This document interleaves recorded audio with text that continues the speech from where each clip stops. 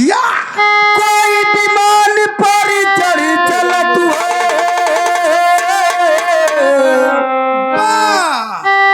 कोई भगत जात जंजीर।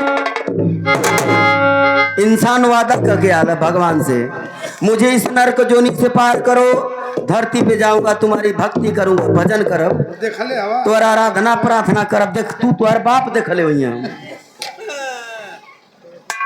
ये आवे लेकिन शरीरिया पर घमंड तू काफी कैलवा बाबू। लाल बहुत कैलवा आ घमंड तो लगभग आधा टूट गल तुहार, काम आधा रह गल, वो टूटी जाई, मजाक ना, वो टूटी जाई। जिया जिया हाँ लसिया तो तोरो हचकता जाई, घबरा मत। सारे अंगद भैया आई आई बनावत हो ना, तोर लसिया जाई वो बनी एमे, घबरा मत। ए पर घमंड बहुत है, लेकिन एकर औकात कीमत का एको पैसा का ना है। ये शरीरिया का हमरे धन दौलत के तनी हमार कई मंजिला में अरे काम तेरे देहिया आई देहिया ना आई राम कना काम देहिया ना आई राम कना काम देहिया।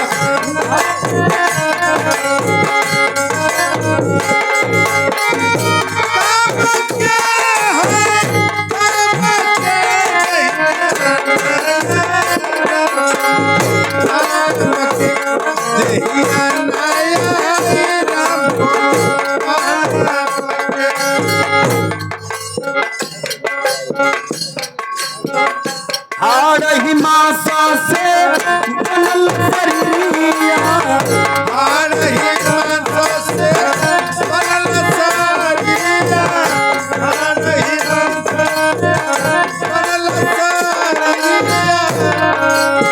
करे तनी सेवा होते शरीरिया का।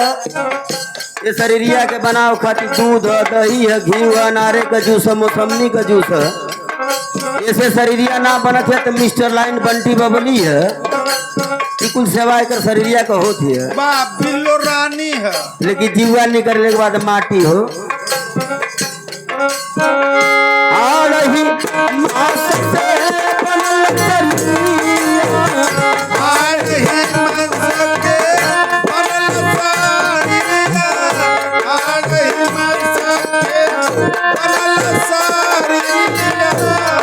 आज माई कलाश से सेवा देखा, आत्मा गई न आज लाश से सेवा। आज के बाद वो महतारी से नातारी सामन से खत्म है।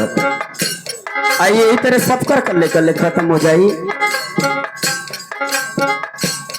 अरे बनल शरीरिया हो, बनल शरीरिया,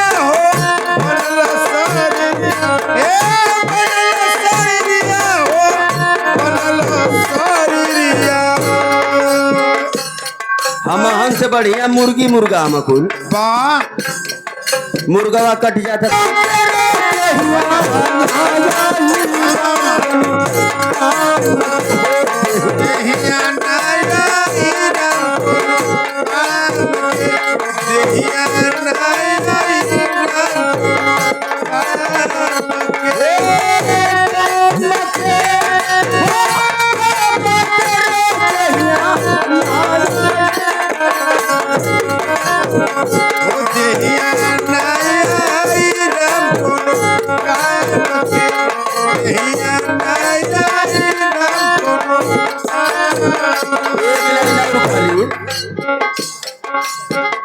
यही देहिया पतेल